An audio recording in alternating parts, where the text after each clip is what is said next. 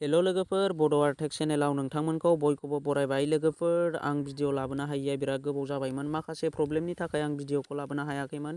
एबारनिफ्राय आं बिदिनो सानफ्रामबो भिडिअ लाबोनो नाजाबाय थागोन नोंसिनि गेजेराव। लोगोफोर, दिनैनि भिडिअआनो जाहैबाय जोङो माबोरै नन कपिराइट मिउजिकखौ जोङो अबेनिफ्राय डाउनलड खालामनानै माबोरै गाव गावनि ब्लगाव इउज खालामनो हायो। आं बिनिनो मोनसे भिडिअ लाबोनाय जाबाय।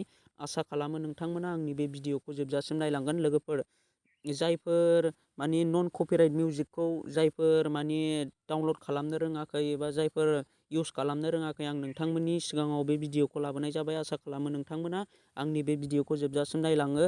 दा भिडिअखौ आं बारा गोबाव खालामाजासे आंनि मबाइल स्क्रिनाव थांनानै नोंसिनो दिन्थिदिनि। लोगोफोर, जोङो माबोरै नन कपिराइट मिउजिकखौ जोङो गाव गावनि मबाइलाव इउज खालामनो हायो। आसा खालामो नोंथांमोना आंनि बे भिडिअखौ जोबजासिम नायलांगोन। दा भिडिअखौ जागायनायनि सिगां आंनि मोनसे फिसा रिकुवेस्ट, लोगोफोर, नोंथांमोना जायफोर आंनि चेनेलाव गोदानै फैदों, चेनेलखौ साबस्क्राइब खालामाखैबा चेनेलखौ साबस्क्राइब खालामना लादो। लोगोसे खाथिनि नटिफिकेसन बेल आइकनखौबो अलाव थुनानै लादो। फैदो बिदिब्ला आं दा बारा गोबाव खालामाजासे आंनि मबाइल स्क्रिनाव थांनानै नोंसिनो दिन्थिदिनि। लोगोफोर, जोङो माबोरै नन कपिराइट मिउजिकखौ जोङो माबोरै डाउनलड खालामनानै गाव गावनि ब्लग चेनेल एबा गाव गावनि इउटुब चेनेलाव जोङो इउज खालामनो हायो। दा जोङो बेखौ डाउनलड खालामनो एबा बेखौ नायनो थाखाय जोङो फार्स्टआवनो थांनांगोन इउटुब चेनेलावनो। लोगोफोर, बे इउटुब चेनेलखौ अपेन खालामदो। बेयाव सार्च खालामनांगोन जोङो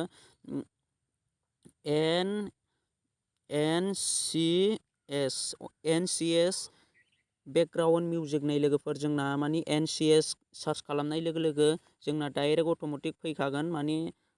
स्क्रिनावनो नुजाफैखायो। जोङो नैबेयाव होनाय नुखादों। लोगोफोर, नै दा बिनि माबायानो जाहैबाय, बिनि साबस्क्राइबारानो जाहैबाय 32 मिलियन। लोगोफोर, दा जोङो बेखौ आङो अपेन खालामनोसै, बिनि चेनेलाव हाबनोसै आङो। दा नै लोगोफोर, जोंना बेयावनो होनाय दंखायो नन कपिराइट साउन्ड। लोगोफोर, मानो होनोब्ला जोङो बिनि मिउजिक जेसेबांखि मिउजिक दङ जोङो बेखौ इउज खालामनो हाजोबो। लोगोफोर, मानो होनोब्ला जोङो बेखौ इउज खालामोबा, गाव गावनि ब्लगाव इउज खालामोबा कपिराइट क्लेमबो मोननाय नङा आरो कपिराइट स्ट्राइकबो मोननाय नङा। लोगोफोर, दा नोंथांमोना जायफोर इउज खालामनो रोङाखै, नोंथांमोना बिनि मिउजिकखौ डाउनलड खालामदो। लोगोफोर, आरो डाउनलड खालामनानै नोंथांमोना गाव गावनि ब्लगाव इउज खालामना लादो। लोगोफोर, दा जोङो माखासे मिउजिकफोरखौ बाहायोब्ला, जेनेबा हिन्दी मिउजिक, जेनेबा जोङो जिखुनु जाया बर' मिउजिकफोरखौनो बाहायोब्ला, नोंथाङा नोंथां ब्लगाव बाहायोब्ला जोङो कपिराइट स्ट्राइक बा कपिराइट क्लेम मोननो हागौ। लोगोफोर, नाथाय जोङो बे मिउजिकखौ बाहायोब्ला जोङो कपिराइट स्ट्राइकबो मोननाय नङा आरो कपिराइट क्लेमबो मोननाय नङा।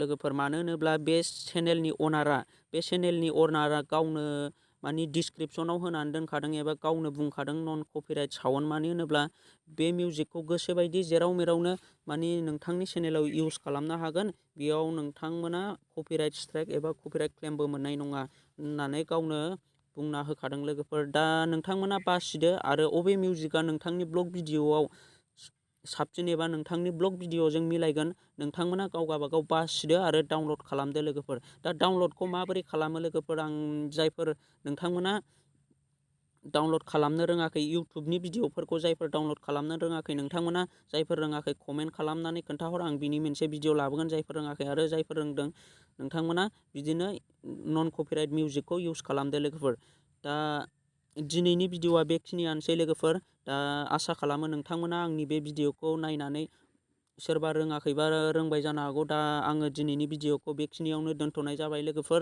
नेक्स्ट भिडिअआव लोगो मोनफिनगोन। आं नोंसिनि गेजेराव बिदिनो भिडिअ लाबोबाय थानो नाजागोन। दा भिडिअखौ मोजां मोनोबा लाइक खालामदो, साबस्क्राइब खालामदो, खाथिनि नटिफिकेसन बेल आइकनखौ अलाव क्लिक खालामना होदो। लोगोफोर, दिनैनि भिडिअखौ आं एसेयावनो दोनथ'नाय जाबाय। बाय बाय।